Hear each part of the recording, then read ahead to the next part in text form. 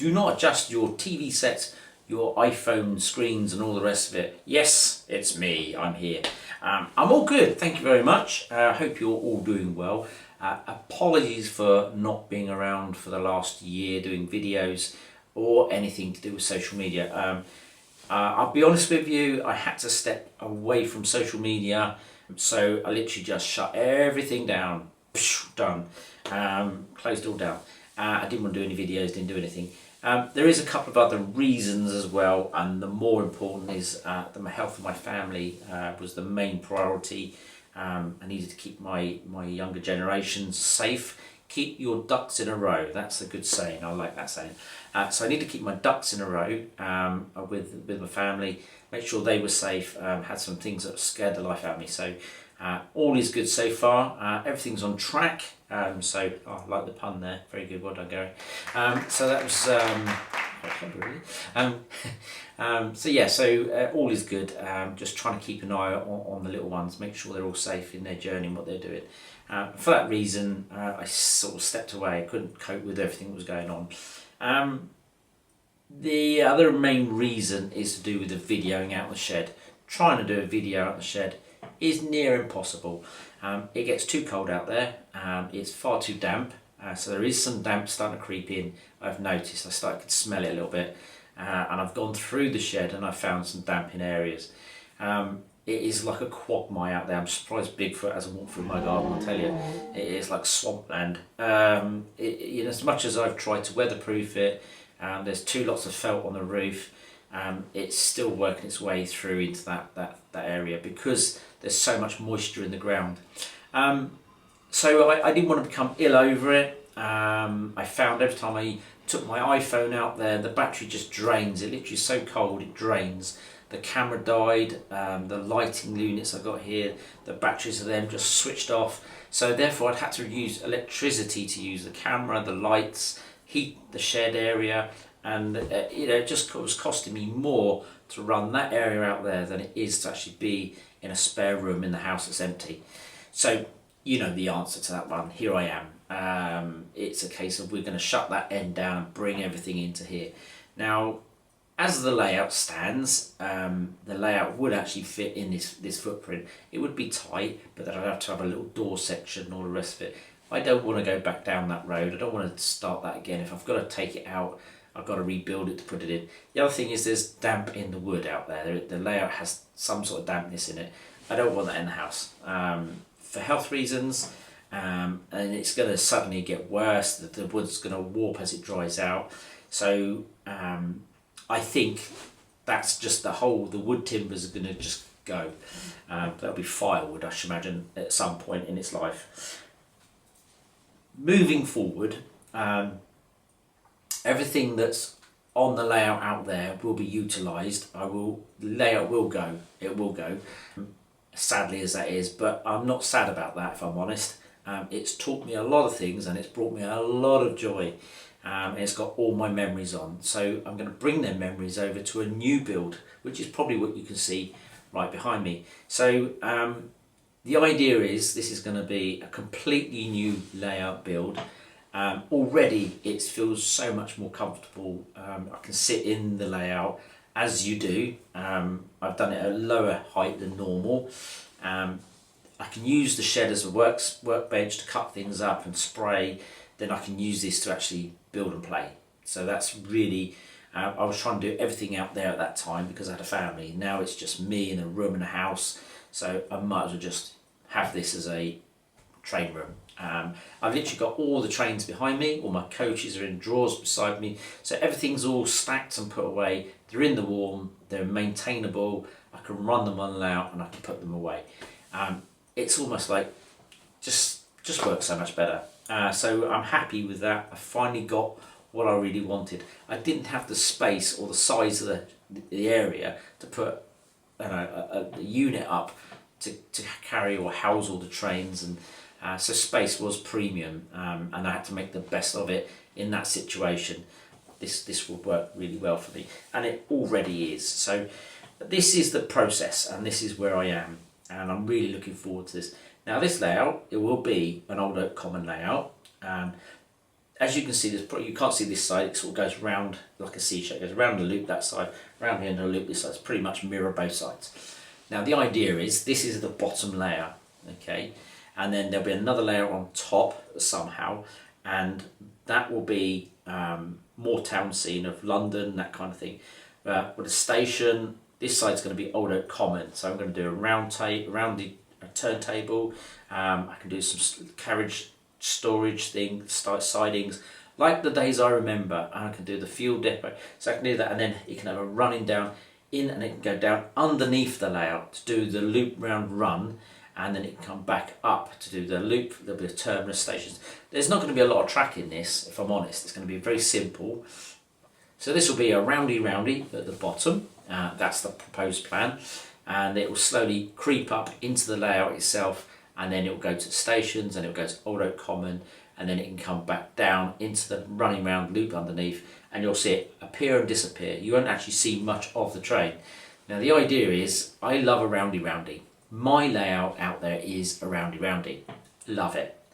But within going round the loop 3 times, you are bored senseless. And you've seen the train. So if you think of the analogy, you're on a real train and you look out the window, you see, and you're like, oh, your eyes are all dizzy. Standing there looking at a train doing that is the same process, and it is almost the same thing. Your focal point looks down the carriage and you see something, and then you track it, and then it goes, and you follow and track and goes. So the idea of this, you'll have a break, a bridge bit. The train will come out, come in and go, and that's all you'll see of it. Your eye will hit and watch the train. You'll watch all the coaches, you'll watch the train, the trains that we love and we buy. You'll catch the detail, and it'll go, disappear, and you'll want to see that detail again, so you'll wait till it next comes around. But while you're there, your eye then catches the scenery that's around it. So that's my process, catching the scenery more so. With a roundy, you're either watching the train and you're missing the scenery, or you watch the scenery and miss the train. There is no compromise. So you need that sort of break of what the scene is to bring it back to reality, basically. That wasn't reality, it's just a train running. So much as I love my layout, and there's lots of great dioramas on there and lots of great scenes, as a running purpose, it became boring. So I've just got to reverse that analogy and bring in the great dioramas to bring to this layout, and I will transfer and bring them over, but then add the diversity of the eye-catchy running. That's the plan. Sounds very complicated, but I'm sure it'll work. Anyway, that's the plan, and that's what I'm going to stick to. I've got Old Oak Common at the top, going round to some like bridges and arches, typical London theme, that kind of thing. Going round to sort of some station, probably a Paddington sort of station, or maybe just Acton, like the tube station where you've got the main line and the tube underneath. That probably would be what I'm thinking. Love the way it did that, right on cue. So that would be quite cool to add that. I mean, my little station was based on North Acton station anyway, but then I can add the underground and the overground on the 2 on 1 station, so that worked really well. And that probably be what I'm looking at. As opposed to the underground, there will be some underground, but I'm not too sure as of yet. Don't know yet, as I've just not worked that factor in. And I will think that before I get that far, because I actually added that at the end on the other layout, and then I realised that I didn't add the dimension that I should have done. That's why my layout was too flat. So that's the goal. So lots of things. So quite interesting times, and I think there'll be some good content to see. And this layout will take shape over the year. So that's the process. It's going to be a quick build with using all the techniques that I've got. So that's my challenge. I said this is it's only taken a week to get this far. So all the baseboards, they've only been built for 4 days, well 5 days now. So it's been a week. So all is progressed really quickly. So that's all good. So I think from this point onwards, we're going to have a look at me down the shed with the old layout, have a quick catch up on that, and then we'll scoot back, and then we'll come back to me doing some of the projects that I've been doing. Okay, so just popped down the shed. The old layout's still here. The only thing that's moved is the loco depot there, and as you can see, the underground station's now gone. They're now literally completely empty underneath there. They are actually up there. So you've got Baker Street on the top and my Moorgate on the bottom. They will incorporate somewhere on the layout. That's the plan. I would like that. So try and get them in there. Maybe a revamp, do them properly this time. But the actual layout itself, a lot of this will transfer onto the new layout, and that's pretty much the plan. So don't be upset that this is going. This will just transfer over, but it will look a lot better. That's the idea. I'm learning as I go, and I like the challenge. This area will most definitely be on the layout. It's one of my favourite iconic areas, and I'd like to add a bit more to this, a bit more realism, and sort of add like trains going over the bridge. That's really, it sort of stops here. I want it to be a bit more lively. I want to add character more. Train going through there would be nice. I met a chap called Ben at one of the, I think it was Great Electric Show. Focus you on there. So I've vandalised your name on the wall, Ben. So it has gone recorded onto Old Oak Bridge. There you go. You are now officially a vandal because you live around Old Oak Common, and I know that it's quite passionate to you seeing the layout. So I thought it'd be a nice memory to add that, as I said I would do. And I'll incorporate that again. This will retain on the new layout, this kind of scene, and all this sort of stuff. I'll add this all back on there again, so you won't be left out. Unlike many other people have told me stories, like the chap on the bike, he passed through that corner every day. So that everything you see is pretty much a story of someone else or their lives, incorporate with my life, as we do on YouTube, really. So it's quite interesting. So so I will add these features back onto the layout, and that's why it has its slight diversity. I want to do a better oil depot, proper and more in tune with Old Oak Common, so that's what I will do. And so this needed a relift anyway. It needed it. Had some derailments here, and this was one of the first bits I ever did on the layout, so it was due for a revamp, and I thought instead of revamping it, let's go all hog and let's start afresh and get what I want, because I know I will never be satisfied. So that's really why the layout is sitting as it is. All is good. I mean, the layout's still runnable. Just run some trains around, brought some down, brought back up, taken back upstairs, but everything's all good. Try and focus you in there. I've obviously taken the light down at the top there, getting ready to move the lights at the top, change some of the lighting, and there's a train. I won't miss that because that will be echoed in the bedroom. So that's another lovely feature that I can carry on with. This will carry on somewhere. I want to keep the parcel depot. I've got some more plans for that. I've got obviously a station, a revamp of the station. There'll be a better station than this, but similar sort of thing based on North Acton. I do like that little look. The one thing I do want to keep more of is this kind of look, arches and bridges, girders. I'm really liking this architecture. I want to add more of this kind of theme to the layout in lots of places, and a lot more of this kind of down undergroundy stuff that I can incorporate. So that's really the plan. This has worked really well. This is the drop up section or drop down section. It served me really well. Never really had any problems with this from day one, so everyone said it would be a problem, but all has been good. So I really can't fault this from the tutorial that I did. Whether you follow it or whether you do or not, it's just, in my opinion, this is what I did and it works. I could drop that down again and literally just within a thou move it over, and the trains run through. There's no problem on all three tracks, so all is good. But there we go. That's the drop-up section. That obviously goes to that bit there, which looks very weird that way round. But as you see, the camera comes down, it is now level. So that's the level, and then obviously takes it up. That's the drop-up section. Comes down to there. So yeah, even the boards there I can sort of use. I'm gonna make some new ones. That's easy to do, and all the points will come over, so it's no problem. So that's pretty much the layout in a nutshell. So all is good. So I think what we'll do, I'll hand back to myself up in the new space.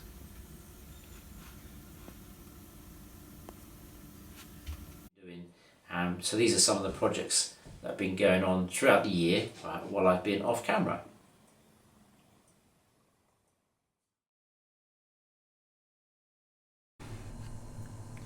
So another little thing that I thought would be good to add to my Cerecidans is these little coaches. Now these are Graham Farish Mark 1 coaches, and these there's still a lot of them around, and they're very cheap as chips because they're very old design, but they are absolutely the same design and spec as a dreadnought for the underground. So I'm going to make 2 of these for my Ceresidans. The only difference between this and the underground stock would be the shape of the air vents. On these coaches they'd be square, but on the dreadnoughts they would actually be more arched, more curved around the tops, and then they have the window bars in each of the windows of the door. So not a lot to change. I've got a little bit of room here to make a cab. I can box that in. I got this idea from the guys at the exhibition at the Great Electric Show, and it's inspired me to do a bit of a coach rebuild. So I might take on some blocking out the window there and changing that. I'm going to see how far it goes with changing the air vents and adding the little bars in the window. So let's get cracking and do our worst.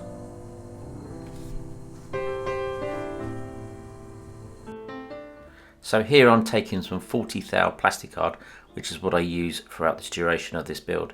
I'm just cutting down some window shaped vents to go over the apertures of the window, sanding them down, making sure they fit flush into the crevice of the window frame, and just sanding them literally flat so there's no protrusions.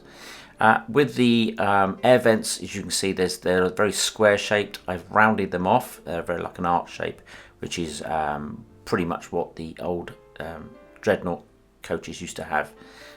From this point onwards, it's a case of getting some 1mm wire. There's just brass wire, and what I've done is actually just cut them very small. As you can see, this is very tedious, and just made a load of bars over the windows, safety bars. I did that on all doors, so all the doors were covered with these safety bars, and literally super glued these into shape. This took an age, but very well worth the work doing it. After 3D printing a little front cab, I then glued this to the front of the loco body, to the front of the coach body, and I had to cut an aperture on the other end with a like square so I could get the windows in. So once I cut these square, I then done a test fit, and then obviously just super glued everything together, giving it a good push to make sure it's all fully home.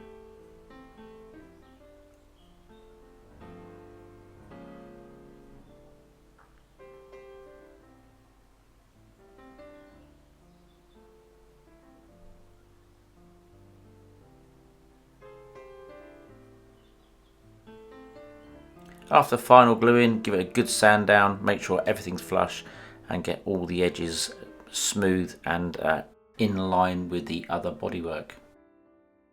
One more test fit.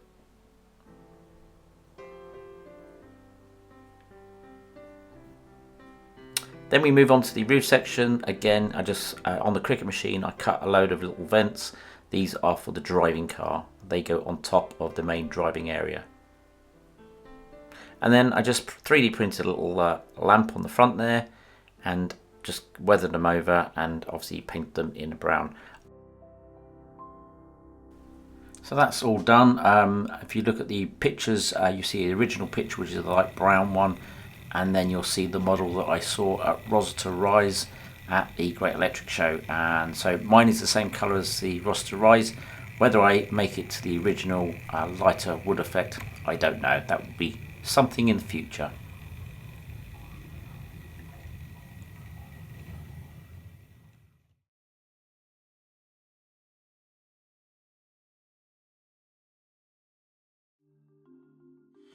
Right, so these have caused me no end of grief and searching. These are the Mark III buffet cars, and these are the short version of the old Hornby. The 431, I believe, is the R number. Not everyone likes them. I actually quite like them. I think they're brilliant, and they're nice and a little bit shorter. They work really well for my layout because I can get more coaches on in the rake, and that really doesn't bother me. It just gives me the stock that I need to be pulled on my HST, so it all actually works really well. So these are the two in question. It's all about decorating the insides of the buffet coaches. Now, I have scoured the internet for pictures of buffet cars in the pre-1980s, 1990s BR and Swallow liveries. I just can't see any pictures. I've scoured for literally a couple of months. There is a few pictures, but they're only literally this area here and some of the seating. There's not actually a full walk-through look, and from the outside to the inside, and that's really what I wanted. I really wanted every kind of detail to put it all correct. But no one's actually archived it, not that I know of, and not that I've seen, and not that I can find. I've even searched for model form if anybody's actually painted their own ones like this, and again, no one's actually painted their buffet cars, not that I can see, and I can't see it, then to me it doesn't exist. So I've done them with pretty much of what I've seen and what I know, and then I've gone with my own thing, because at the end of the day it's my layout, and these are not to be prototypical, but I wanted them to be as close as could be, really. I know the tables will be different colours. They could be white, they could be black, they could be orange, so there's a lot of different variations on tables. I've just gone with the oak effect. I know they had some of the panelling like this, some had black counters, I know there was silver at the front at some of them, so they vary in lots of different ways. So I've come up with this. This is my format, this is what I've done, in my opinion, what I feel is right. This is the best that I can do with these, and these fit quite nicely.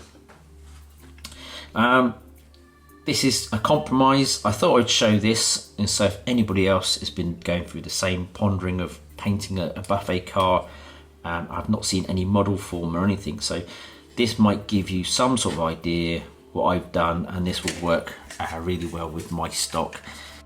So that's done now. I need to put these together in the coach bodies. The only thing I will do is I will add a little bit of plastic card on the end there, just to stop a little bit of light bleed, because that bit actually goes in there, and you can sort of see a little bit of light through there. So because the body stops there. The only other thing I will do as well, I'm going to put a little bit of masking tape in the toilet window. But anyway, that is done. I'm not saying this is the standard, this is just what I have done.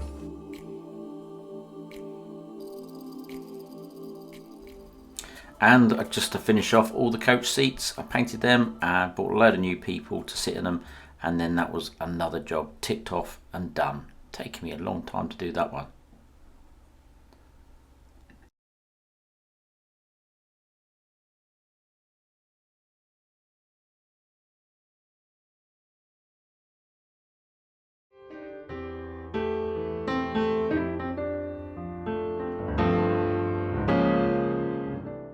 So in the next upcoming video, I look at a couple of laser kits. These are pre-printed. These are great because all the details are on there. You don't need to do any decorating at all. You can weather them over and do lots of things. They have a bit of diversity because some kits are reversible, so you can have wood on one side, and if you reverse the kit, you actually have brickwork. So there's a lot of scope on how you build these. And as always, I think we'll take the kit to its extreme, where we take it beyond the capabilities of what it's actually produced to do. That would only be fair, wouldn't it? So tune in for the next video.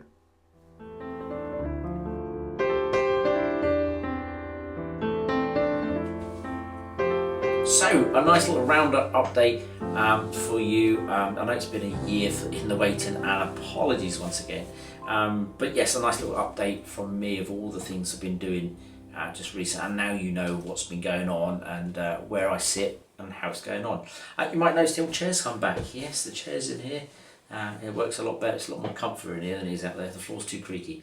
So yes, all is good. For new updates, new stuff, and some new content. I've got some new trains, and no doubt I'll be doing some new techniques and stuff that I'll be sharing along my journey along the way. So there'll be lots to see and do. So quite exciting times. I'm excited, and I feel the passion's come back again. I lost the mojo to a degree, but not much. It's always been there. So it's all good. It's good.